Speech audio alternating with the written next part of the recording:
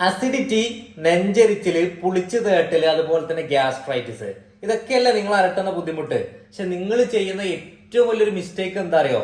രാവിലെ ഞാൻ ഈ പറയുന്ന ഏതെങ്കിലും ഒരു ഫുഡ് നിങ്ങൾ കഴിക്കുന്നുണ്ടാവും. ഈ ബുദ്ധിമുട്ടുള്ള ആളുകളുടെ ഒക്കെ ഏറ്റവും വലിയൊരു പ്രശ്നം എന്താ നിങ്ങൾക്ക് അറിയോ?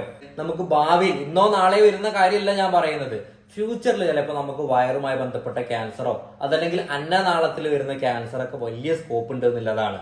ഏതൊക്കെയാ ഭക്ഷണം എന്നല്ലേ? ഏറ്റവും ആദ്യം നമ്മുടെ ഒക്കെ ഫേവറേറ്റ് ആയിട്ടുള്ള കോഫിയാണ്. കോഫിയുടെ പ്രത്യേകത എന്താ? നമുക്ക് ഹൈഡ്രോക്ലോറിക് ആസിഡ് എന്ന് പറയുന്ന നമ്മുടെ വയറിൽ കാണുന്ന ആസിഡിന്റെ പ്രൊഡക്ഷൻ അത് കൂട്ടുന്നു. അതുവഴി നമുക്ക് ആസിഡിറ്റി വരാവുന്നതാണ്. രണ്ടാമതായിട്ടുള്ളത് സിട്രസ് ആയിട്ടുള്ള ഫ്രൂട്ടുകളാണ്. അതിൽ ഓൾറെഡി സിട്രിക് ആസിഡ് ഉണ്ട്. നമ്മുടെ വയറിൽ വെറുമ്പായിട്ട് ഇത് എത്തിക്കഴിഞ്ഞാൽ ആസിഡിറ്റി കൂടുന്നു. ഇതേ പ്രശ്നം അതും ഉണ്ടാക്കുന്നുണ്ട്. മൂന്നാമതായിട്ടുള്ളത് അമിതമായിട്ട് മധുരം അടങ്ങിയിട്ടുള്ള ഭക്ഷണങ്ങളാണ്. നാലാമതായിട്ടുള്ളത് എരിവ് കൂടുതലായിട്ടുള്ള സ്പൈസി ഫുഡാണ്. ഈ സ്പൈസി ഫുഡ്